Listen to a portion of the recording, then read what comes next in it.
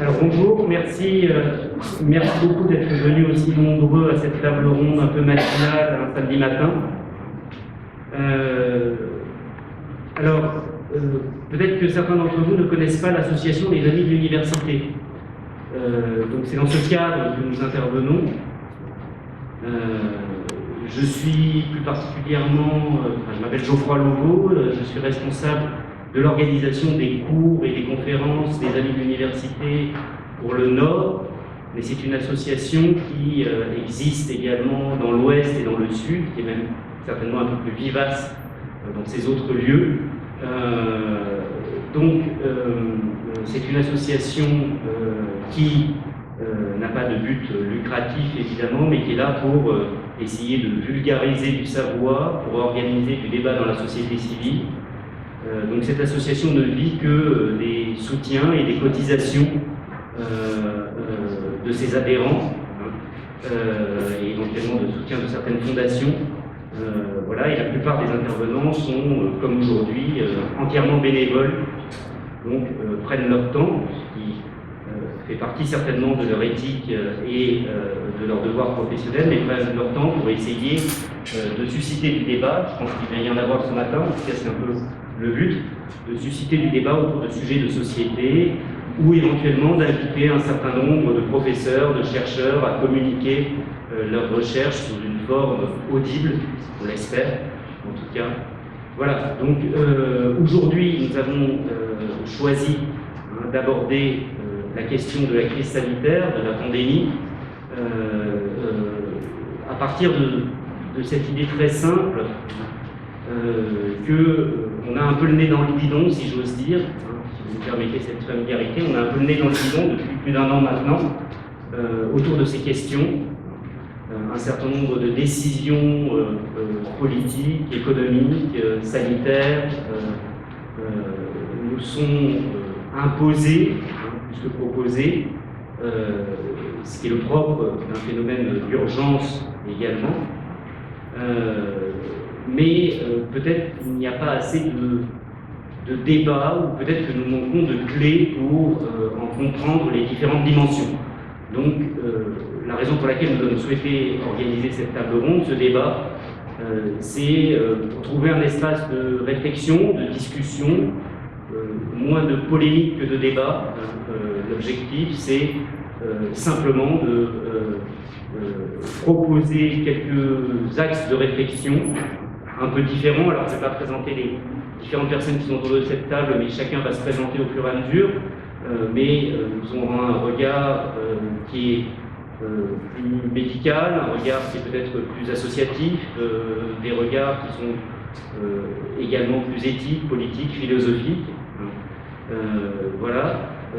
L'enjeu pour l'organisation, c'est tout simplement que chacun prenne la parole pendant une dizaine, une quinzaine de minutes, voilà, pour qu'on laisse ensuite une petite heure de débat et d'échange entre nous,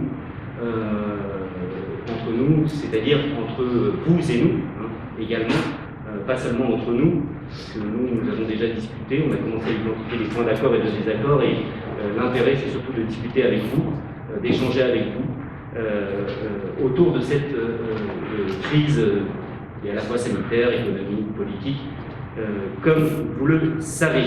Voilà. Donc je vais d'emblée laisser la parole à un de mes camarades, Didier Bourse, qui va ouvrir le thème, présenter un certain nombre de perspectives, et puis nous ferons circuler la parole de cette manière-là, et nous réserverons la deuxième partie de la séance éventuellement aux échanges, sauf si une question, une précision, une intervention ne peut pas attendre cette deuxième partie de la séance. Voilà. Je vous remercie en tout cas beaucoup pour votre présence nombreuse.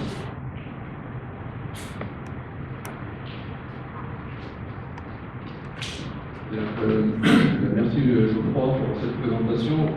Donc je vais me permettre d'enlever mon masque parce que sinon avec les lunettes je ne vois rien du tout par la vie. Et donc je me présente, je m'appelle Didier Bourse, je suis militant associatif depuis de nombreuses années.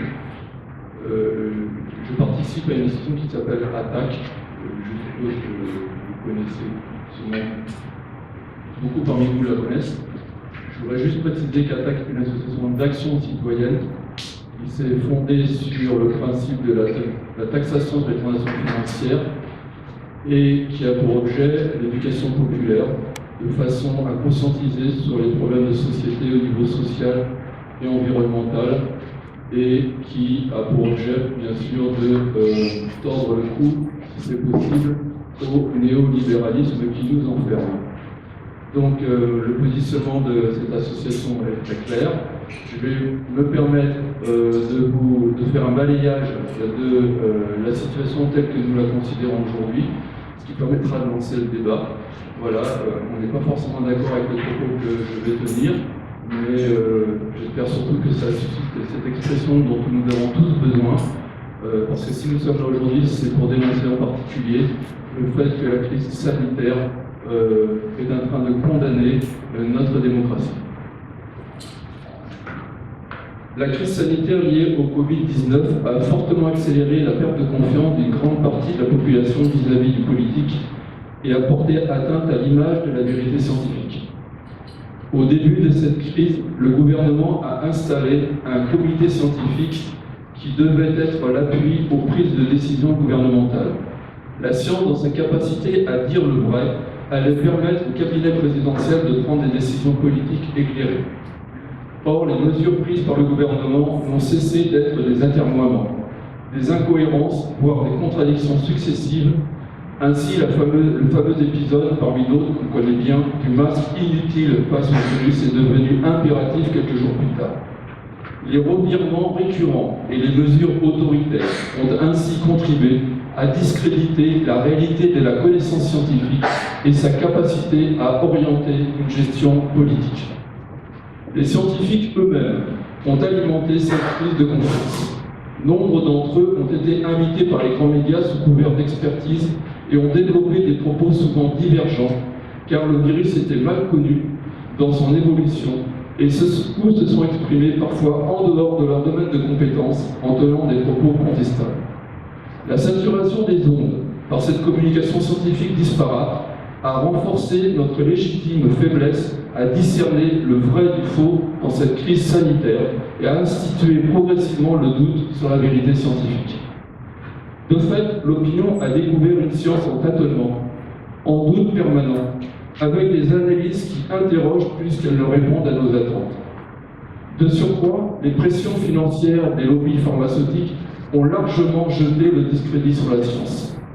Ainsi, la prestigieuse revue scientifique Lancet s'est elle-même fourvoyée en publiant une étude mal vérifiée qui a participé à la manipulation de l'opinion et ouvert le champ au gouvernement qui a suspendu hâtivement la prescription par les médecins généralistes de l'hydrochloroquine en France en prétextant de cette publication scientifique. Les premières annonces en début de crise du président de la République promettaient d'agir contre le virus quoi qu'il en coûte, voire même de revenir à un état-providence et aux jours heureux d'après-guerre. Or, aucune mesure à la hauteur des besoins n'a été réellement mise en place. Pire, la gestion libérale de l'hôpital est plus que jamais d'actualité. Prix pour les soignants plutôt qu'augmentation sensible de salaire. Poursuite du travail en flux tendu des personnels et aggravation des conditions de travail qui conduisent toujours de nombreux soignants à la démission. Aujourd'hui, on compte plus de 150 000 démissions depuis le début de la crise. Manque crucial de lits de réanimation qui provoque des non-prises en charge de patients pour des maladies hors Covid et des mortalités accrues. Et pour compléter, un prochain budget de la sécurité sociale pour lequel le gouvernement affiche d'ores et déjà une économie de l'ordre de 4 milliards d'euros. L'image de la médecine est trop souvent relayée aujourd'hui à une mesure comptable de la crise par l'évaluation de nombre de contaminations journalières, de patients hospitalisés, de décès et de lits occupés en réanimation, voire à l'évaluation de la bonne distanciation sociale selon le lieu et l'activité. Ensuite, dans un deuxième temps, d'autres intérêts que la santé publique semblent être mis en jeu. Le gouvernement a ainsi constitué un conseil de défense qui lui a permis d'asseoir par la loi d'état d'urgence toujours reconduite, une autorité sans concertation démocratique et totalement assumée par le caractère autocratique de notre président de la République. C'est ainsi que malgré les nouvelles attentes exprimées en période de confinement en faveur du fameux monde d'après, plus écologique, plus solidaire, dirigé vers l'autosuffisance, l'économie la plus libérale est revenue en force sous l'autorité renforcée de cette loi d'urgence. Parallèlement, l'État a refusé tout engagement dans la recherche publique concernant les traitements du Covid-19. Seule la méthode engagée par le fameux docteur Raoult a été l'occasion d'un vrai débat sur nos mesures de lutte contre le virus. Le pouvoir politique s'est limité aux seules considérations hygiénistes qui allaient restreindre notre espace de vie dans nos gestes les plus intimes jusqu'à nos actions collectives. Par contre, le vaccin allait devenir l'objectif politique primordial, le Graal. C'était juste une question de temps. L'argent public, curieusement, est venu alimenter généreusement les laboratoires privés en les couvrant de tout risque de perte financière par des contrats totalement déséquilibrés. Pourtant, au 8 mars, seulement 2 millions de personnes avaient reçu les 2 doses du vaccin Pfizer. Et on compte aujourd'hui seulement 25% des plus de 75 ans dans ces personnes. Le 2 mars, le ministère de la Santé reconnaissait que seulement un quart des 600 000 doses du vaccin AstraZeneca livrées début février avaient été utilisées. La désorganisation persiste, même sur le secteur cible de la vaccination, faute d'une stratégie de santé publique claire. La recherche publique est complètement mise à l'écart de la crise sanitaire. Pour exemple, l'Institut Pasteur et la recherche universitaire, alors que Sanofi, montré comme le fleuron de notre industrie pharmaceutique par le gouvernement, est hors course dans ce calendrier à la vaccination. Quant aux lits de réanimation, ils sont restés à un nombre quasi stagnant dans les hôpitaux. Cette limitation d'accueil en réanimation a été totalement assumée par le plan Ségur pour l'hôpital public, le gouvernement ayant fait d'autres choix financiers, tels le soutien aux compagnies aériennes. Cette situation de pénurie est grave en termes de soins, mais elle l'est d'autant plus qu'elle est opportunément mise en avant pour imposer des contraintes de plus en plus drastiques sur nos modes de vie et devient le chiffon rouge agité pour annoncer toujours davantage de mesures liberticides, incomprises comme la fermeture des lieux de culture ou des couvre-feux peu justifiables. L'État nous rend donc totalement dépendants de son bon vouloir dans nos faits et gestes personnels, sous prétexte de protéger notre santé, sans qu'à aucun moment il y ait débat sur ce que nous souhaitons. L'état d'urgence muselle tout notre fonctionnement démocratique institutionnel. La loi d'urgence est prorogée jusqu'au 1er juin, alors que sa commission de contrôle à l'Assemblée nationale a été supprimée. Qui a choisi qu'il allait privilégier les anciens plus vulnérables au Covid-19 à la jeunesse qui devient de plus en plus précarisée et en souffrance, privée de ses plus belles années? Même si le débat est difficile, pourquoi nous a-t-on privés de ce questionnement de fond qui conditionne toute la politique actuelle? Qui nous a demandé s'il était plus important de sauver les entreprises plutôt que l'hôpital public? Et même si la question n'est peut-être pas binaire, pourquoi refuser encore aujourd'hui à l'hôpital public de fonctionner correctement? Pourquoi considère-t-on que la culture, l'art, ne sont pas des besoins essentiels de notre société? Pourquoi les centres commerciaux ont-ils été accessibles quand les musées étaient fermés? Pourquoi les lycées sont-ils ouverts avec des risques de contamination fortes, en particulier aux heures des repas, alors que le pouvoir ferme quasiment les facultés au présentiel? Est-il plus sage de disperser les étudiants dans les chambres universitaires en télétravail? Pourquoi parallèlement prévoir une loi pour soumettre à de fortes sanctions les étudiants qui voudraient s'exprimer dans leur université sur des faits de société? Pourquoi parallèlement les écoles supérieures sont pour la plupart restées ouvertes? Où est donc la vérité médicale dans de tels choix? Pourquoi un état objectif de la situation sanitaire amène-t-il à des conclusions si différentes dans les mesures prises? La médecine et la santé publique deviennent ainsi prétexte à des manipulations, des mensonges opérés par le pouvoir politique plus politicien que politique. Par une telle maltraitance par le politique, la science est de fait considérablement affaiblie dans son statut au sein de notre société. Depuis des décennies, le libéralisme prône l'individu au détriment du collectif pour se débarrasser des corps intermédiaires, des contre-pouvoirs, pour disloquer les forces de résistance et aujourd'hui, sous couvert de vouloir protéger notre santé, l'État porte atteinte à notre bien-être, à notre bien propre, à notre individualité, à nos libertés de déplacement, d'agir, de manifester, à notre expression démocratique par des lois liberticides sans précédent. Loi pour la sécurité globale, loi du maintien de l'ordre, loi confortant les principes de la République, loi sur le séparatisme. Pourquoi tant de lois sur la sécurité quand aucun débat, ou presque, n'a lieu sur la politique de santé publique en pleine crise sanitaire? Où est la cohérence, sinon un choix répressif qui confisque notre démocratie? Le gouvernement tâtonne au gré des idées de ses communicants en cherchant à façonner l'opinion. Les grands médias nous abreuvent chaque heure, voire en temps réel, de discours anxiogènes, appliquant ainsi complaisamment la stratégie de la peur qui conduit souvent à la fabrique du consentement. Manipulation, mensonges et propagande sont à l'œuvre et deviennent les fondements de la stratégie gouvernementale. Nous constatons que notre démocratie est bien malade, mais son mal pourra devenir incurable. La société de surveillance, reconnaissance faciale par drone, fichage pour raisons syndicales, religieuses ou philosophiques, surveillance vidéo des rues généralisées, garde à vue préventive, se met en place à grands pas grâce à l'effet Covid. Les violences policières sont légitimées au regard de la quasi-absence des plaintes retenues face aux forces de l'ordre. Les nouvelles lois, si elles sont toutes adoptées, risquent d'accroître notre manque de liberté, c'est évident. Pourtant, des mouvements citoyens essaient coûte que coûte de se faire entendre, qu'ils soient ici du milieu médical ou de lieux de réflexion et d'action. Les théâtres aujourd'hui sont occupés à la manière du théâtre de l'Odéon.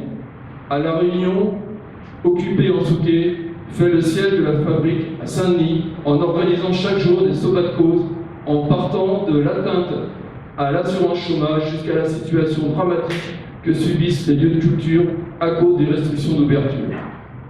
Derrière ce mouvement exemplaire, c'est tout le débat sur ce qui fait l'essentiel de notre société qui est posé. Entre la liberté de se bousculer dans des rayons d'un supermarché ou de pouvoir participer au spectacle vivant dans un théâtre. Et ce sera peut-être le départ d'un mouvement d'ampleur qui se construit pas à pas. Le monde d'après est encore dans les têtes.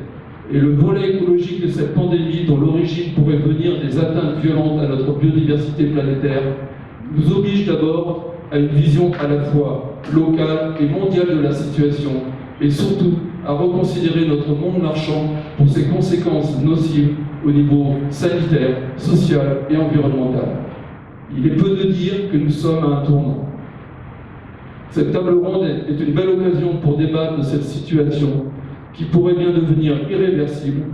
Ce n'est pas tomber dans la théorie des complots que de dire que notre société bascule et que le débat citoyen doit être plus que jamais réactivé si nous voulons que nos libertés fondamentales aient encore un sens. Merci.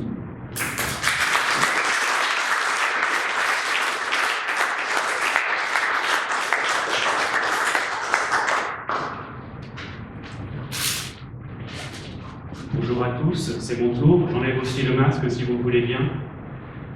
Je suis Stéphane Gombaud, professeur de philosophie au lycée Lecomte de Lille, et j'enseigne cette année à des classes préparatoires le thème de la force de vivre, qui est particulièrement intéressant. On ne sait jamais, si ça vous fait réfléchir, on pourra aussi y revenir lors du débat. Ce matin, j'aimerais prendre un peu de recul après ce qu'a dit Didier. Merci beaucoup Didier. J'ai essayé de prendre aussi quelques notes, mais on ne va pas commencer à échanger tous les deux, ou avec. On va attendre un petit peu. Je m'intéresse en philosophie plus spécialement à toutes les questions scientifiques, et je ne vais pas non plus essayer de rentrer frontalement dans le genre de questions là, et tournerai autour de ce que Didier a indiqué, la communication scientifique, le rôle des experts, ce qui s'est passé à Marseille avec le professeur Raoult et l'affaire, peut-être on peut l'appeler comme ça, de l'hydroxychloroquine, mais aussi on pourra peut-être en débattre tous ensemble à un moment donné. C'est effectivement ce genre de question aussi qui peut être vraiment intéressante et pour laquelle vous êtes venus. Mais je vais essayer, peut-être pour ne pas céder à la colère, ne pas céder aux passions, de prendre un peu de recul. On va voir si ça fonctionne. Parce que mon point de départ pour cette réflexion de ce matin, c'est que il y a un malaise. Et pas un malaise dans la société, mais un malaise aussi pour les philosophes. Puisqu'on dit, avec une grande justesse, que la philosophie naît de l'étonnement. Année bénie, peut-être que 2020 pour les philosophes, je ne pense pas du tout, puisque, à mon avis, nous sommes beaucoup moins dans une situation propice à la réflexion, à la pensée critique, à l'exercice par soi-même de la réflexion, que noyé dans une espèce de truc, de choses, de machin, je ne sais pas trop comment le qualifier, nous sommes en train de vivre peut-être quelque chose qu'on devrait placer sous le signe de l'effarement. Je choisis le verbe effarer, qui est vraiment sans nuance, parce qu'il a gardé une grande violence. Et il veut effectivement dire ce que nous sommes peut-être en train de vivre. Nous sommes effarés, nous sommes frappés d'un trouble qui égare, qui rend hagard, qui rend hébété. Et l'infini terrible effara ton œil bleu. C'est un vers de Rimbaud. Mais ses yeux, ayant rencontré à quelques mètres la machine qui expirait, s'effarèrent d'abord, puis se fixèrent, vacillant d'une émotion croissante. La bête humaine, Zola. On aurait pu dire aussi peut-être que la situation est affolante, qu'elle est stupéfiante, puisque l'effarement qui règne dans les têtes et dure depuis des mois se poursuit, car rien ne change, ou plutôt tout change pour que visiblement rien ne change vraiment. Nous sommes donc de plus en plus hagards. Si le professeur s'avisait de l'interroger, Paul, hagard et le regard perdu, semblait revenir de si loin que toute la classe éclatait de rire. Gilles, c'est le crâne de l'heure. Elle haletait plus pâle que ses bras, secouait de frissons épouvantables, la figure convulsée, l'œil hagard comme si une chose horrible lui eût apparu. Maupassant, des contes. Confession d'une femme. Hagards, nous sommes, peut-être, depuis un peu trop longtemps, pour nous sentir aussi libres de réfléchir. Et cette hébétude que moi je ressens, je pense que d'autres dans la salle le partagent, peut-être même que ça a gagné vraiment beaucoup de couches de la population, les jeunes et les vieux, les professions, toutes les professions, pas seulement les restaurateurs, les moniteurs de ski ou les artistes. Et il y a donc une sorte aussi de paralysie peut-être qui s'installe petit à petit dans la société, un engourdissement et peut-être, alors là ça serait terrible, un effondrement des facultés intellectuelles, et ce que je fais peut-être en témoigne maintenant. Nous sommes vraiment dans un moment où le vague domine, les brumes s'amoncellent au-dessus de nos têtes, le réel s'émousse. Notre capacité aussi à nous projeter dans l'avenir devient de plus en plus incertaine. Nos lendemains sont opaques. De quoi sera fait le monde d'après? Est-ce qu'il existe même ce monde d'après? La réalité peut-être aussi devient farsesque. Oui. Juste dire que des fois, c'est le sentiment d'impuissance aussi. Oui. Je ne sais pas si ça peut en parler. Voilà. Rapidement, c'est là le sentiment d'impuissance. Peut-être, c'est pas le mot que j'avais choisi exactement, mais je pense effectivement, on est là, effectivement, avec quelque chose au fond de nous là qui nous dit mais on ne devrait pas être aussi faible, on ne devrait pas être finalement aussi dérangé par ce qui se passe, puisque les choses sont peut-être pas si terribles, et pourtant, qu'est-ce que je peux faire, moi? Pas forcément grand-chose, cette impuissance peut-être, hein, si vous voulez, on va y revenir, mais il y avait aussi une autre question, une autre intervention? Non? Ou on continue? Plutôt. Alors, en tout cas, merci, effectivement.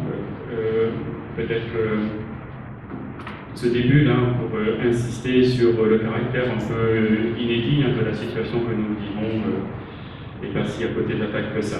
Donc, considérant l'effarement et effaré moi-même en tant que philosophe, je vais essayer de rester particulièrement humble et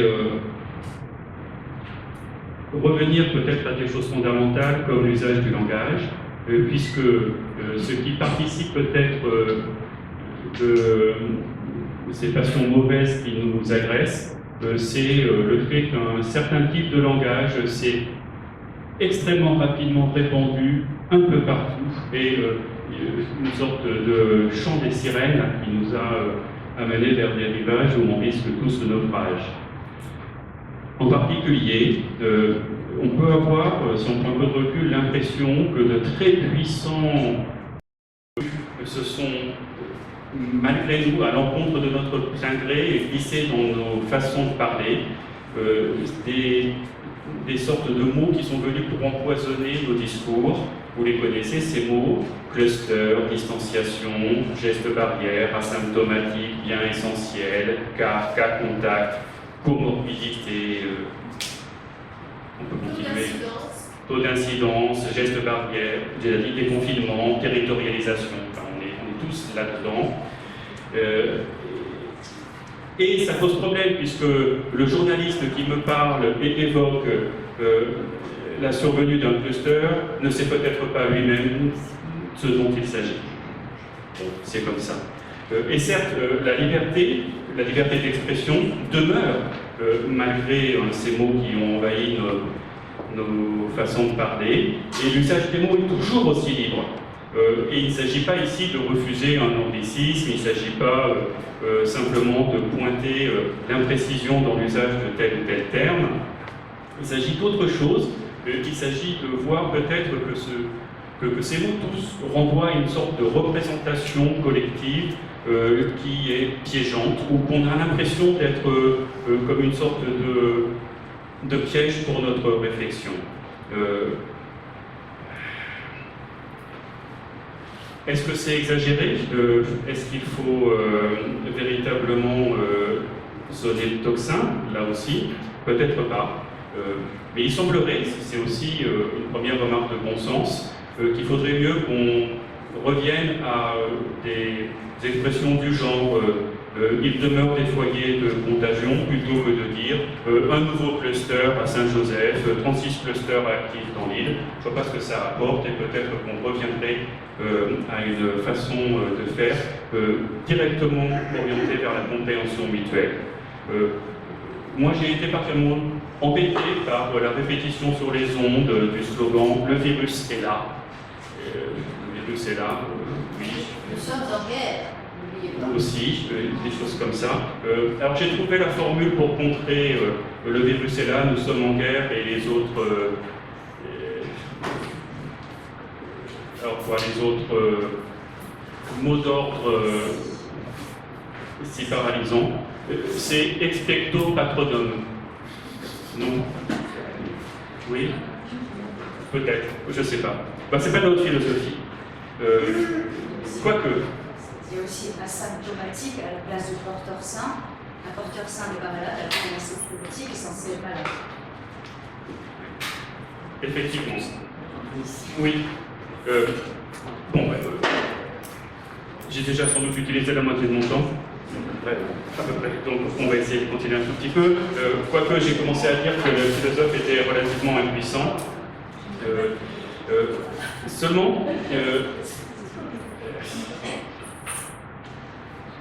Seulement, il y a quelque chose qui nous menace véritablement, et la tâche du philosophe a quand même été historiquement d'essayer de le combattre, c'est le conformisme. Le conformisme rampant, en particulier quand il est alimenté par ce moteur très puissant qu'est la peur.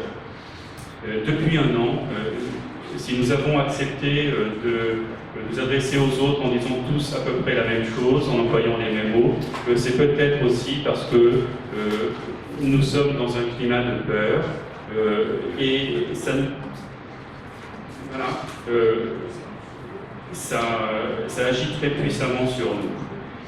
Le conformisme, à vrai dire, la façon de se comporter comme si on n'était pas véritablement un individu responsable de ses paroles, c'est quelque chose d'universel, on n'a pas inventé.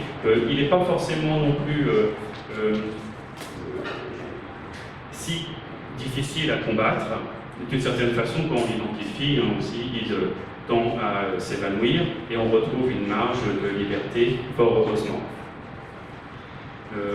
Nous ne sommes pas plus influençables qu'aujourd'hui.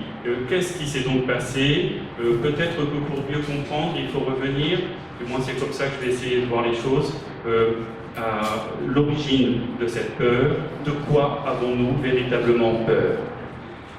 À mon avis, j'appellerais ça le régime de peur. Le régime de peur actuel est assez paradoxal, puisque d'une part, nous n'avons pas peur d'un terrible virus, parce que nous savons que le virus, par sa mortalité, n'est pas si terrible que cela par rapport à d'autres virus. Et donc, l'objet de notre peur n'est pas là. Et peut-être que nous avons finalement peur de nous-mêmes. C'est peut-être ça qui est si dérangeant, si grave. Nous avons peur de nous-mêmes, parce que nous avons peur d'être infectés par le virus et de le transmettre aux gens qu'on aime. Nous avons peur d'être le relais de transmission du virus dans quelque chose comme une chaîne exponentielle. Nous avons peur d'être pointés du doigt comme l'irresponsable qui, dans son entreprise, a fait venir la Covid-19. Nous avons peur d'être le policier qui, en arrêtant les gens pour leur mettre des amendes, est là en train de leur transmettre en même temps la Covid-19 et peut-être celle de leur destin après à l'hôpital. Donc nous avons peur de nous-mêmes, beaucoup plus peut-être que d'autres choses. Et c'est ça aussi qui est peut-être assez difficile à vivre aujourd'hui.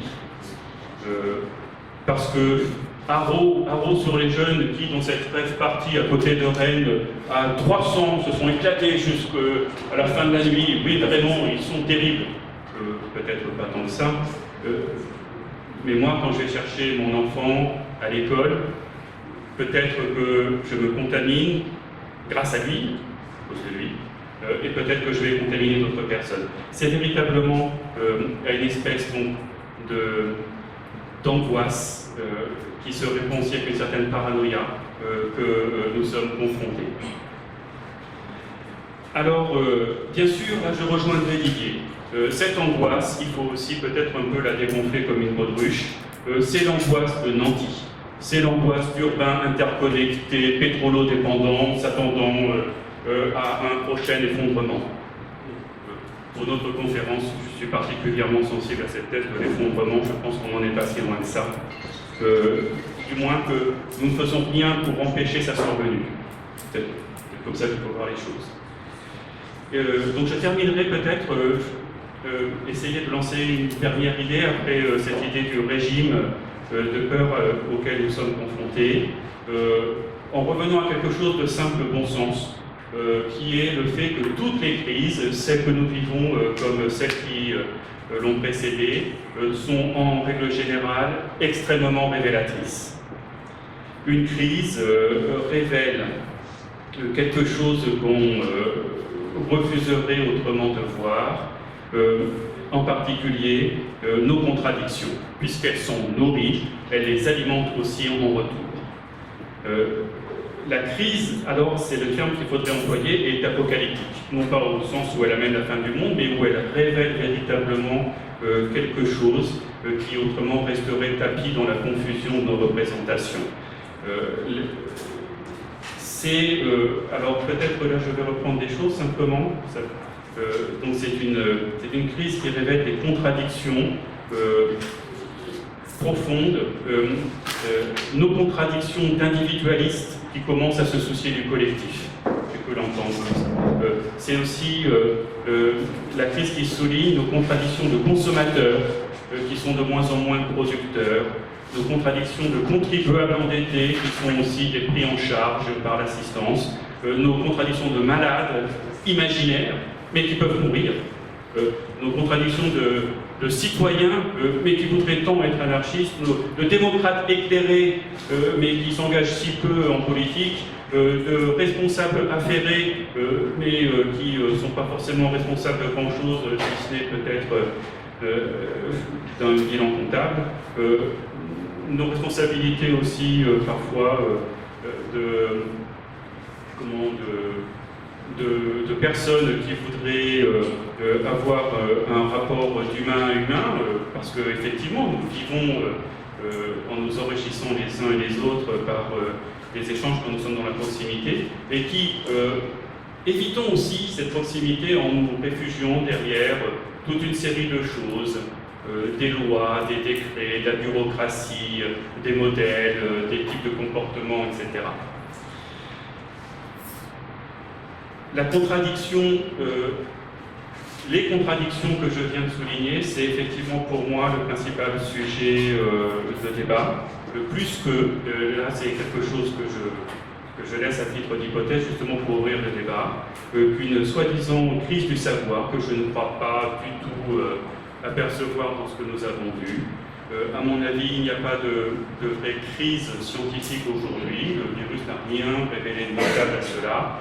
La science a toujours été une sorte de lieu où des paroles multiples s'affrontaient, et où précisément ce qu'on peut appeler vérité naissait de cet affrontement des thèses et des arguments qui les soutiennent, et donc qu'il y ait de la vie dans les échanges dans les laboratoires, qu'il y ait même parfois une certaine brutalité dans l'opposition de telle position à telle autre position, c'est finalement assez normal. La science établit petit à petit une sorte de vérité qu'il faut bien accepter, qui est effectivement consensuelle, parce que c'est la vérité de ceux qui détiennent des arguments et qui peuvent donc faire triompher la raison. Je ne vois pas, malgré effectivement le climat d'incertitude dans lequel nous sommes, que la Covid-19 a fait vaciller les bases de la science ou la façon de procéder dans les instituts, dans les laboratoires de recherche, même s'il y a eu beaucoup de controverses, et en particulier dans le Lancet et dans d'autres lieux de publication. Mais ça serait plutôt la crise à ce moment de la communication scientifique que de la vérité scientifique elle-même. Et là, j'aimerais rebondir une dernière fois par quelque chose d'un peu anecdotique, mais que je trouve peut-être nécessaire quand même de souligner pour nous. Il faut aussi se méfier alors, en gardant du bon sens, de certains discours qui voudraient peut-être jeter le bébé avec l'eau du bain. Méfions-nous effectivement de certains scientifiques qui énoncent des propos qui ne sont peut-être pas, à vrai dire, la science, mais leur opinion du moment. Mais ne nous défions pas de la science, ou alors on risque gros. Si on regarde à côté de chez nous, dans un pays, Madagascar, qui a souvent des problèmes bien plus graves que les nôtres, vous savez, un président a voulu vanter contre la science occidentale la mérite de la science malgache mettant au point le Covid Organics. Alors, l'artémisia est peut-être effectivement une panacée. J'espère ça aux spécialistes des panacées. Mais le Covid Organics, ça fait partie de ces choses dont il faut aussi se méfier, en tant que, à mon avis, ça peut rentrer dans toute une stratégie véritablement de négation de ce que la science peut nous apporter en termes précisément de vérité consensuelle et éclairée. Parce que si on va encore un tout petit peu plus loin, on dépasse Madagascar, on va par exemple en Inde, je vous signale qu'aujourd'hui, il y a des rassemblements organisés par le BJP, le Parti nationaliste hindou, où les gens se réunissent pour boire des verres d'urine de vache, parce que c'est comme ça qu'on va triompher du virus. J'espère qu'on n'en viendra pas là.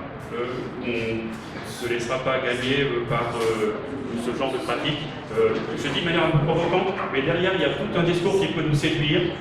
Les gens qui vont vouloir nous faire prendre du Covid organique ou faire boire des verres d'urine de vache sont aussi les mêmes qui vont dire qu'il ne faut pas simplement combattre le virus, mais il faut faire attention à l'état sanitaire global, à l'hygiène, être bien dans sa tête, méditer en plus pour se porter bien. Ça me fait aussi un peu peur, parce que derrière, il y a souvent une idéologie qui se cache, et je ne suis pas du tout pour ce genre de renoncement à la raison. Donc j'aurais pas dû terminer par ça, mais c'était pour alimenter le débat. Merci à vous.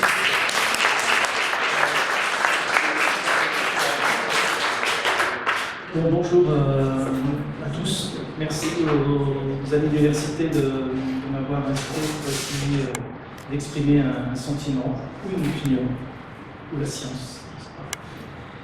C'est pas. Alors, si on m'avait dit un jour que tu serais invité à une réflexion philosophique, je serais parti en courant, parce que je ne suis pas connu pour être un grand intellectuel, ni un grand scientifique d'ailleurs, peut-être un expert du doute. Donc, je suis docteur Philippe de Chazorn. Je suis médecin généraliste à La Réunion depuis une trentaine d'années. Je suis un ancien expert de la Haute Autorité de Santé, je suis régulateur au Centre 15 et j'ai participé à l'audition au Sénat en 2011 concernant la pandémie H1N1 en 2010, qui est quasiment du copier-coller de ce qu'il n'en aurait pas dû faire. Et je parle au nom du collectif Covid Médecins 914 que nous avons mis en place depuis plusieurs mois, quasiment depuis le début de la crise, en mars 2020. Et nous avons créé aussi au niveau national un petit groupe qui fait partie du CSL, Coordination Santé Libre, avec Violaine Guérin et Martine Bonheur, députées. Ce petit groupe s'appelle le Conseil scientifique indépendant, pour faire le pendant justement de ce fameux conseil scientifique mis en place par l'État. Et j'en profite pour vous dire que je n'ai absolument aucun conflit d'intérêt. Alors je suis surpris, mais je suis aussi je suis un peu ému. Parce que peut-être que c'était avec ce micro qu'on parle des 4 personnes qui vont servir un peu de fil conducteur de mon topo aujourd'hui, en l'occurrence Aude Emmanuelle Waro, présidente du cercle philosophique de La Réunion, qui est décédée malheureusement en octobre 2017, et qui parlait à la salle à côté, là, un grand amphi, lors des journées indépendance médicale.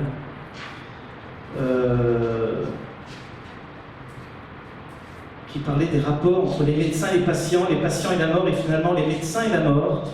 Qui est le patient tel que la médecine actuelle s'emploie à le recréer, un être souffrant, un être de désir? C'était en 2012. Hein. Qui est le médecin? Celui qui applique les progrès de la recherche et s'attache à soigner son malade, ou l'Atlas portant le poids d'exigences démesurées? En somme, la médecine semble adossée à la création d'une nouvelle utopie. Vous pourrez revoir sa vidéo sur le site de Médocéan et vous cliquez sur Hommage. Et le titre de mon topo, j'avais du mal, parce que moi, me mettre un côté de philosophe, je ne sais pas faire. Par contre, discuter et essayer de convaincre les personnes, j'essaie de le faire très mal.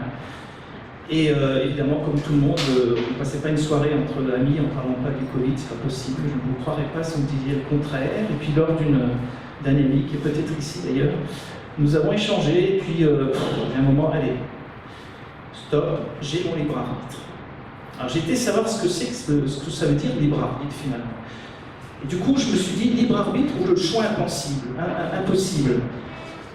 Et cette remarque sur l'impuissance du patient, l'impuissance du médecin, l'impuissance du philosophe, l'impuissance du militant. Qu'est-ce que c'est que ce libre arbitre? Alors moi je le définirais comme ma définition à moi, qui n'est pas Wikipédia ni de celle de philosophe. Finalement je me dis que le libre arbitre il ne se fait pas tout seul, il se fait en fonction de ce qu'on écoute, de ce qu'on entend, de ce qu'on lit. Et ce libre arbitre, si on n'a pas de conflit d'intérêt, on pourrait peut-être imaginer qu'on l'est à 100%. Nous avons tous des conflits d'intérêt. Moi j'ai un conflit d'intérêt, c'est celui avec mes patients. Et puis ça dépend où on met le curseur. Donc ce libre arbitre est inversement proportionnel au curseur où on met le conflit d'intérêt, notamment évidemment avec l'industrie pharmaceutique. Il n'y a pas que l'industrie pharmaceutique, il y a tout le business, on voit bien, au niveau assurantiel, au niveau système informatique. Alors, ce libre arbitre au niveau financier, vous savez, quand on paye les médecins maintenant avec la ROSP, la revenu d'objectif santé publique, pour lesquels 95% des médecins touchent quand même plusieurs dizaines de milliers d'euros chaque année depuis 10 ans, sous réserve qu'ils indiquent quelques indicateurs de santé transmis à la caisse, c'est un conflit d'intérêt. Est-ce que le libre arbitre est déjà touché à ce niveau-là? C'est tout ce qui est aussi la peur, ce libre arbitre de la peur, face à qui? Face à notre hiérarchie, en l'occurrence nous, les lords. Nous avons été convoqués, moi et Dr Bourgeon, le 9 décembre. Dr Bourgeon qui va être reconvoqué, c'est une première, c'est une comment on appelle ça, une nouvelle qu'on a appris hier. Pourquoi? Parce qu'il a promu de renforcer le système immunitaire des patients, notamment personnes âgées, par la vitamine D. Au crime contre l'humanité, c'est l'Académie de médecine qui le dit. Le Conseil national de l'ordre fait la chasse aux sorcières, tous ces mauvais médecins qui veulent renforcer l'immunité des patients pour faire face à cette Covid. Et puis la peur de la Sécu, des autorités sanitaires. Il faut bien voir qu'il y a beaucoup de médecins qui s'expriment, qui ont perdu leur chefferie. Bon, je ne chiffre pas trop de noms, vous savez à qui je pense. Il y a aussi des médecins dont on entend parler, qui n'auront plus d'interne dans leur service, parce qu'au bidon, sur un CD, ça le fout mal, et puis on n'attendra plus les budgets. Voilà, c'est dans le quotidien. Hein. Alors pourquoi on est convoqué au Conseil de l'Ordre? Parce il paraît qu'on fait obstacle à l'article R4127-13, qui est qu'on ne fait pas état de données confirmant, il faut faire preuve de prudence et avoir le souci des répercussions et ses propos auprès de vous, auprès du public. C'est texto ce qui est marqué. C'est pour ça qu'on est attaqué. C'est parce qu'on pourrait peut-être avoir un avis contraire de ce qu'on nous dit ailleurs. Mais c'est quoi les données confirmées? Je sais pas, la science. Alors tu parlais tout à l'heure que la science est différente d'une opinion du moment. Et bien j'ai regardé sur toupi.org, je ne sais pas du tout ce que c'est. Je rappelle sur Wikipédia. La démarche scientifique n'utilise pas le verbe croire. La science se contente de proposer des modèles explicatifs provisoires de la réalité. Et elle est prête à les modifier dès qu'une information nouvelle apporte une contradiction. C'est ça la science. Alors, moi j'ai besoin d'un joker là, au secours. Au secours, Bertrand Le Riche. Docteur Bertrand Le Riche, ancien président du conseil départemental de l'ordre, mon ami, lui aussi, trop vite disparu, en mai 2017. Finalement, il y a une triste année, et qui nous avait aussi exprimé son rapport qu'il avait fait au Conseil national de l'ordre des médecins. Docteur Le Riche, il était neurochirurgien à Saint-Pierre. Je peux vous dire que son CV universitaire à Paris et partout où il a exercé ferait rougir, rougir d'humilité tous ces gens qui passent en boucle sur les plateaux. Merci Bertrand, vous m'avez vraiment accompagné, même si c'était médicalement l'inverse, dans une démarche que je reprends aujourd'hui. Qu'est-ce qu'il disait dans l'amphithéâtre à côté, là, en 2012? Je suis anarchiste, au point de toujours traverser dans les clous afin de n'avoir pas à discuter avec la maréchaussée. Je ne le chanterai pas, c'est genre, voilà, c'est un texto dans le texte, hein, c'est lui qui a dit ça. Et ensuite, quand il a exprimé ce rapport du CNOM, Conseil national de l'ordre des médecins, parce qu'il en était le rapporteur pendant des années, qu'est-ce qu'il a dit? Cet ordre ringard, entre guillemets, hein, c'est pas moi qui le dis, docteur Le Riche, cet ordre ringard, il faut supprimer. Nous sommes ainsi passés d'un système basé sur le savoir et sa transmission de médecin à médecin, un système qui ne se reconnaît qu'au travers de l'application d'indicateurs et d'établissement des normes. Ces indicateurs élaborés par la loi, la réglementation, les sociétés savantes, les financeurs, les acteurs sociaux, créent un tissu qui maille l'environnement du médecin. Où se trouve donc, dans cet espace, le chemin de la décision et de son indépendance? Le seul facteur, c'est l'ordre national qui disait ça, je ne suis pas sûr qu'ils le disent aujourd'hui. Le seul facteur conditionnant la prise de décision médicale reste le bien, le savoir médical et son application par le professionnel dans l'intérêt seul de son interlocuteur patient, il devient alors accessoire que cette décision soit prise seule ou en collégialité. C'est fort, hein, c'est fort qu'on parle. Alors, je vais vous donner des exemples. Alors, tu parlais des boire de l'urine en Inde. Moi, je rappelle quand même qu'au début, on diagnostiquait le diabète justement en goûtant l'urine, parce que les urines étaient sacrées. Sucrées, pardon. C'était pas volontaire, néanmoins, ça peut révéler un certain nombre d'applications. Le diabète, moi, quand j'ai commencé médecine, c'était effectivement le siècle dernier, mais c'est quand même pas il y a très très longtemps. Avant, on était diabétique si on était à une glycémie, le taux de sucre dans le sang, 1,40 g. Voilà, j'ai fait tout depuis le début de ma carrière ici, 1,40 g. Puis un jour, on m'a dit non, 1,27 g. Pour aller avec les Américains qui est donc on sent à 7 micromoles. Pourquoi? C'est pour unifier. Oui, mais dans ce cas-là, on va avoir plus de diabétiques. Oui, à La Réunion, on a le plus de diabétiques de France. Et encore plus, parce que évidemment, tous ceux qui sont à 1,27 g, il y en a plus. Et puis maintenant, c'est plus à 1,27 g. La tendance, c'est ce pré-diabète à 1 g. Donc le nombre de diabétiques va augmenter. Et les thérapeutiques aussi. C'est pareil pour la tension. Quand j'ai commencé, c'était 16. Maintenant, c'est 14. Et le diabétique, 12. Enfin, je crois, parce que je suis peut-être trop heureux jour. Et vous avez tous eu des infections urinaires. Ou des prostatites pour les messieurs. Eh bien, une infection urinaire, ça se traite. Ça se traite à partir de quand? Quand on fait une bandelette, quand on fait un test, c'est pas oui, non. Pas comme on vote pour les présidentielles. Plus négatif, non. On va considérer qu'une analyse d'urine est positive et va nécessiter un antibiotique. Il va falloir 100 000 globules blancs par millilitre ou millimètre cube d'urine ou 1 million de germes. C'est-à-dire à 999 000. On ne traite pas, et s'il n'y a pas 1 million de germes, on traite. Et si on ne traite pas.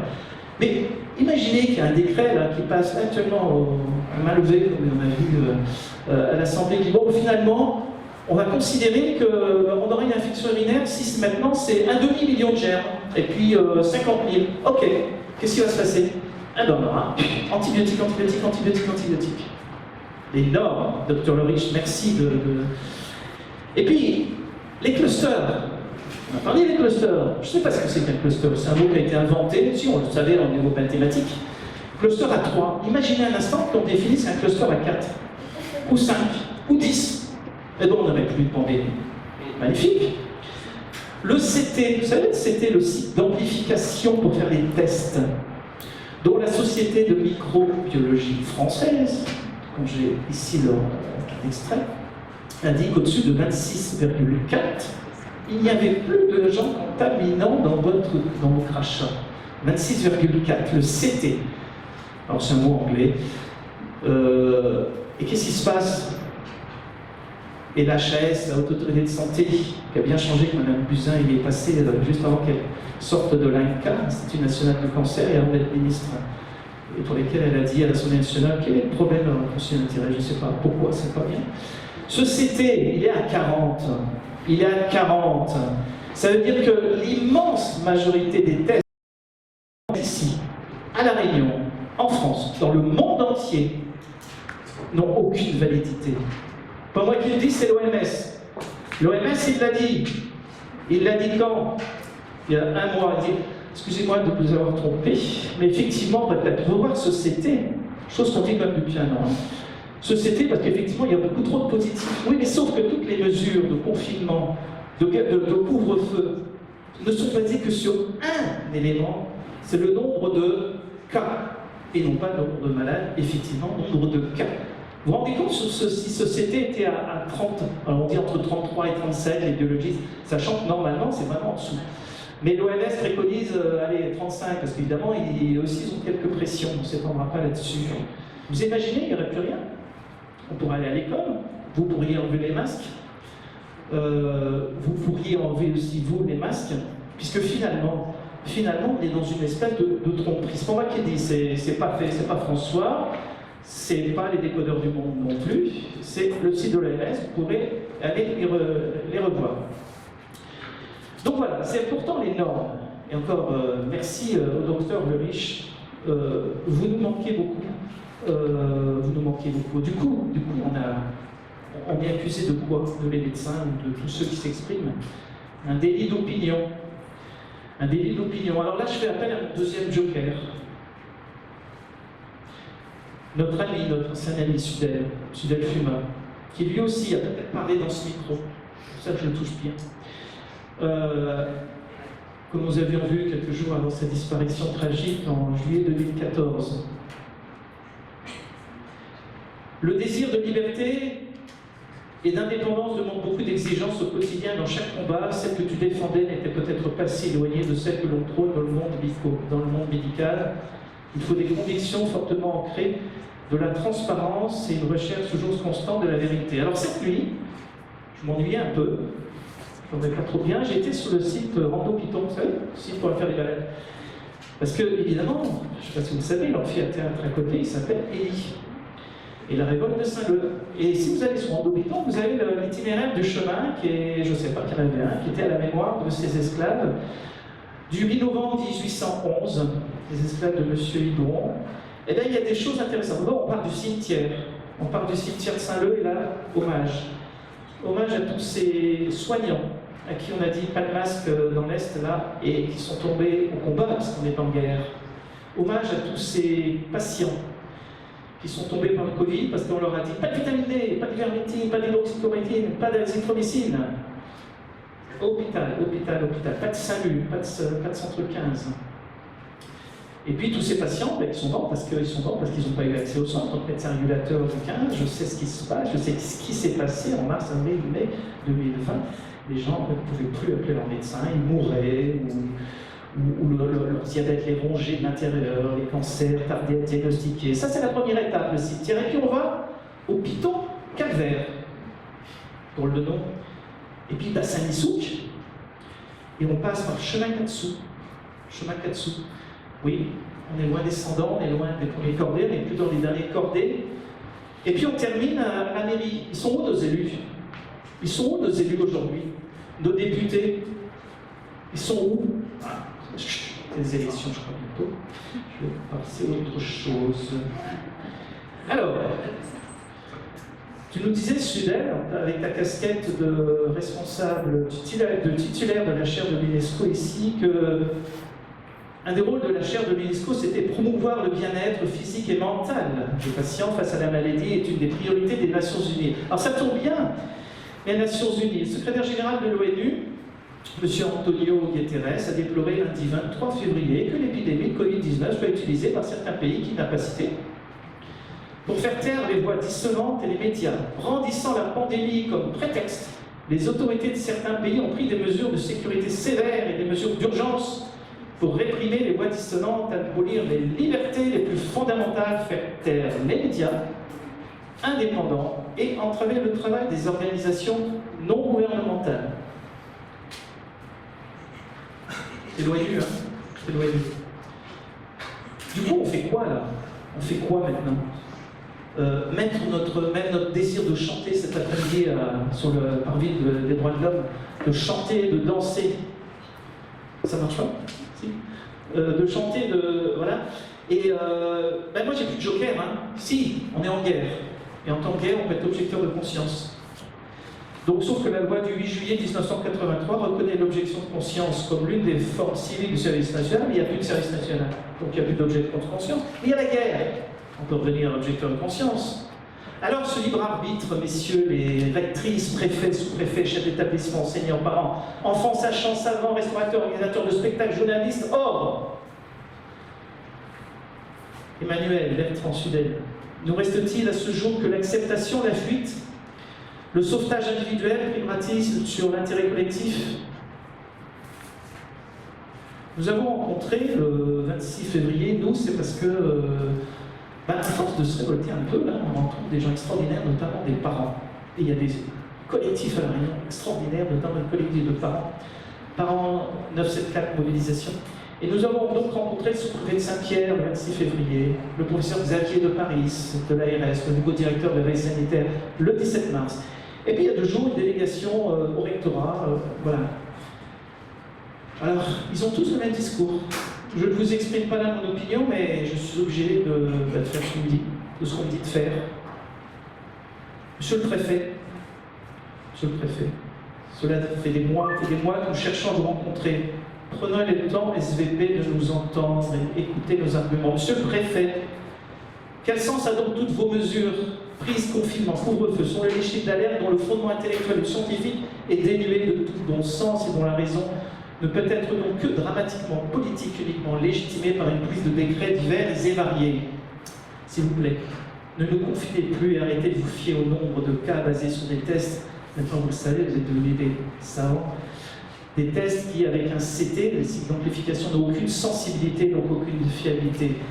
S'il vous plaît, monsieur le préfet, laissez respirer nos enfants. Et nous aurons peut-être ici un témoignage de parents, s'il est présent, qui fait froid dans le dos. S'il vous plaît, mettez en place une évaluation des risques physiques et psychologiques à La Réunion et sous 35 degrés, ce que nous avons proposé au rectorat. Mais ils disent, ah ben non, il faut attendre l'avis du préfet. Monsieur le préfet, s'il vous plaît, demandez une RTU, une recommandation temporaire d'usage. Thérapeutique, pardon, d'usage. Non, temporaire d'usage. Pour le traitement ambulatoire précoce. Si vous voulez avoir moins de monde à l'hôpital, enfin, on fait ça pour les infections urinaires, on fait ça pour le diabète, on fait ça pour la pneumopathie, on essaie de traiter en ligne. Puisqu'on n'arrive pas à emmener à l'hôpital, ben non, non, non, non, interdit. Sauf que, on a appris à l'ARS il y a quelques jours que maintenant, tout projet de recherche par rapport au traitement, par rapport au Covid, parce qu'on lui a proposé un projet de recherche sur l'ivermectine, et évidemment, parce que ça marche dans le monde entier, sauf que c'est interdit en France, notamment dans les pays d'Amérique du Sud. Il y a plein de cours, il y a plein de... Voilà. Eh bien, il faut aller sur le site Reacting. Vous savez ce que c'est le site Reacting? Vous irez, parce que moi je l'ai découvert. Eh bien, on ne peut pas faire une seule recherche actuellement en France. Ça a été mis en place par le gouvernement. Sur la Covid-19, sans passer par l'approbation de ce Reacting. Et on voit qui dans ce Reacting? On voit à peu près les mêmes que dans le conseil scientifique. Et vous savez qui est le président du conseil scientifique? Je ne vous demande pas son nom. Si, je vous demande son nom. C'est pas grave. En tout cas, c'est le même que le président du Conseil national d'éthique. Elle n'est pas belle la vie. Voilà, donc la boucle est bouclée. Et puis je vais vous proposer, vous savez, on aime bien vous croiser parce qu'on est confinés tout le temps. Comment vous appelleriez une personne qui affirme ce qu'il sait être faux, ou nie ce qu'il sait être vrai, ou qui tait ce qu'il devrait dire, en 7 lettres? En 7 lettres. Alors j'ai aussi en 6 lettres. Et puis je terminerai par une dame qui a été la première directrice de l'ARS ici, donc fondatrice de l'ARS, et qui, je ne sais pas pourquoi, s'entendait pas mal et a mis, on va dire, un mouton dans la bergerie. Madame Chantal de Saint-Gly. Toujours, tout ça, vous pouvez le retrouver sur les journées de l'indépendance médicale. Vous tapez Médocéan et vous tapez hommage pour les personnes qui nous ont quittés et vous tapez je sais plus quoi. Vous retrouvez ça. Qu'est-ce qu'elle disait? Et puis j'en terminerai par là. Je suis nommé en Conseil des ministres et c'est tout dire sur les liens que j'ai avec un gouvernement. Et il est clair que je ne vais pas essayer de dire le contraire car vous ne me croiriez pas. Et vous auriez raison. Donc c'est sûr que si le ministre de la Santé nous dit qu'il faut vacciner tout le monde pour la grippe H1N1, moi je peux difficilement dire que j'en ai rien à foutre. Elle n'a peut-être pas dit foutre, elle a dit fiche. J'ai d'ailleurs marqué fiche. Dire que j'en ai rien à fiche de la vaccination et on ne fait pas. C'est vrai qu'on est dans une position d'appliquer en région des décisions nationales, pour autant on a le droit et on a le devoir de faire remonter la perception des choses, notamment vis-à-vis d'une région, c'est ce que j'ai dit, les yeux dans les yeux, au professeur de Paris, il y a quelques jours, qui visiblement peut-être partager un certain nombre de points qu'on a abordés ici, et pour lesquels on va peut-être détailler au travers de nos questions. Mais la loi, c'est la loi, c'est pas moi qui décide. Et pas de débat, s'il vous plaît. Merci.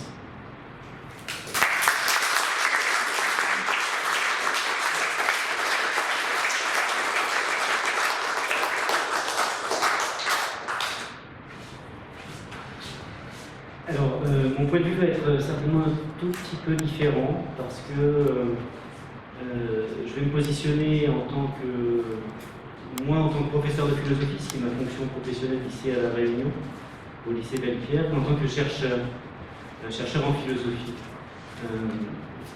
suis chercheur en philosophie depuis une vingtaine d'années et je travaille sur les sociétés contemporaines d'un point de vue politique, d'un point de vue éthique, et plus particulièrement sur les questions d'inégalité, de justice et d'injustice.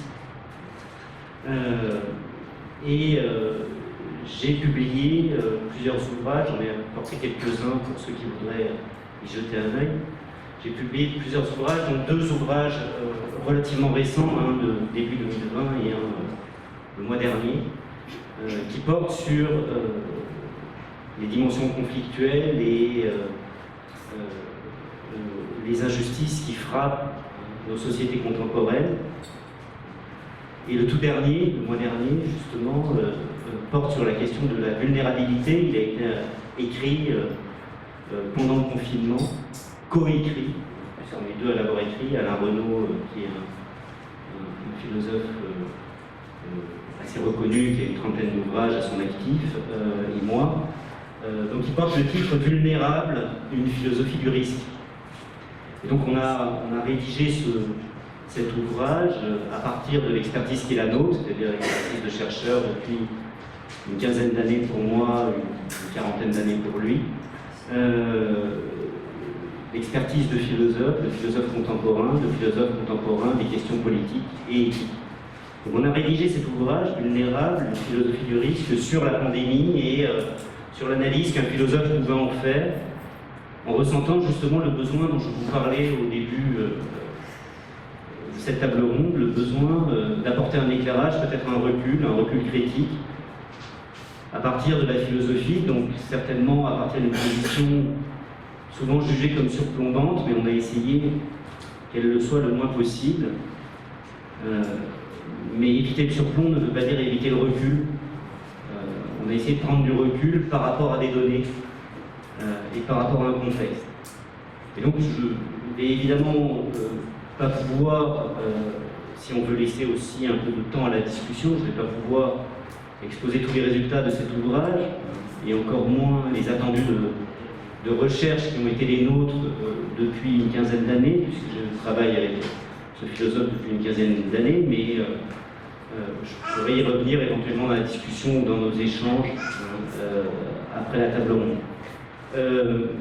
En tout cas, je vais me contenter de présenter deux idées qu'on a essayé de mettre en avant par rapport à la crise que nous avons traversée depuis plus d'1 an maintenant. 2 idées assez simples et 2 thèses également, parce que nous sommes philosophes et que le philosophe se doit, en tout cas pour nous, peut-être à la différence d'autres chercheurs et scientifiques, se doit à la fois d'éclairer mais également de défendre des thèses, c'est-à-dire d'avoir un regard un peu normatif, sans vouloir forcément dire le bien et le mal. En tout cas, il défend certaines conceptions plutôt que d'autres. La première thèse, elle est assez simple. C'est la thèse qui est dans le titre. Je vous ai dit le titre de l'ouvrage qui est ici, Vulnérable, une philosophie du risque. C'est la thèse de la vulnérabilité. Cette thèse de la vulnérabilité, elle nous a semblé intéressante parce que dans la pandémie s'est jouée peut-être une mise en lumière d'une vulnérabilité particulière, relativement imprévisible ou relativement inédite. Pourquoi relativement prévisible ou relativement inédite? Je dis bien relativement, pas totalement, mais relativement imprévisible parce que très vraisemblablement nos sociétés, particulièrement nos sociétés développées, les plus avancées, se pensaient avant cette pandémie à l'abri du risque, ou à l'abri de certains risques, voire à l'abri de tous les risques. Ce qui a impliqué un certain nombre de choses comme, justement, ce qu'en économie on appelle des chaînes de valeur, mais peu importe, ce qui a impliqué, par exemple, qu'on a renoncé à produire par nous-mêmes des masques, ce qui implique qu'on a renoncé à un certain nombre de stocks de médicaments, on a renoncé à se prémunir d'un certain nombre de risques parce qu'on se pensait à l'abri de ces risques. Alors, ça, c'est pas vraiment la thèse, ça, c'est la description, si vous voulez, de l'état de sidération dans lequel on s'est retrouvés tous, je pense, face à l'impréparation et également au contexte de cette impréparation, c'est-à-dire qu'au moment où c'est arrivé, en gros, peu de solidarité entre les pays, chacun pour soi, chacun ses masques, chacun ses médicaments, et donc il y a eu une forme de déséquilibre, alors, qui nous a un peu touchés, mais qui a touché aussi de façon très violente certains pays qui ont été plus touchés que nous. Là où il y a une thèse qui devient peut-être un peu originale et qui fait que cette vulnérabilité résonne de façon particulière, c'est qu'elle nous est apparue comme une vulnérabilité qui cumule les facteurs. Alors on peut discuter des facteurs sanitaires, de la pertinence ou non, est-ce qu'il s'agit d'une pandémie, est-ce qu'il s'agit d'une grippette, est-ce qu'il s'agit d'autre chose. Mais ce qui est certain, c'est que, effectivement, la Covid tue peu. Mais qu'en aurait-il été si elle avait tué plus? C'est-à-dire que nous sommes confrontés aujourd'hui à des risques qui cumulent des facteurs, facteurs économiques, facteurs sanitaires, certainement, au minimum, facteurs éthiques, facteurs politiques, en quelque sorte, la vulnérabilité est le résultat de ce cumul de facteurs.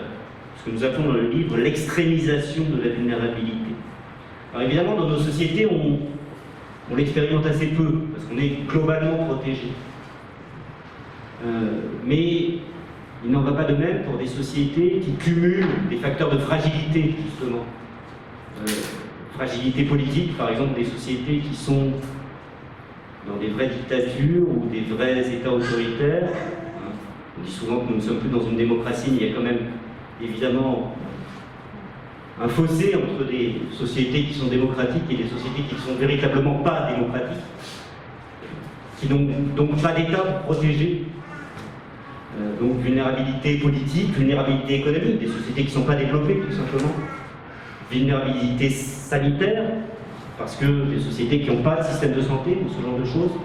Et évidemment, face à de telles pandémies, comme face à d'autres facteurs de risque, ce que nous apprend la crise que nous traversons, c'est que nous sommes bien où nous sommes, et ça nous le savons déjà, mais peut-être que d'autres sont beaucoup moins bien à l'endroit où ils sont, et qu'il y a un facteur de fragilité extrême qui implique peut-être que nous repensions à la fois des régulations néolibérales, je suis assez d'accord avec ce que disait Didier aussi, qui font que nous fermons les yeux sur l'état de fragilité de certaines sociétés, que nous repensions une certaine forme de solidarité ou d'éthique globale, comme on l'appelle en philosophie politique.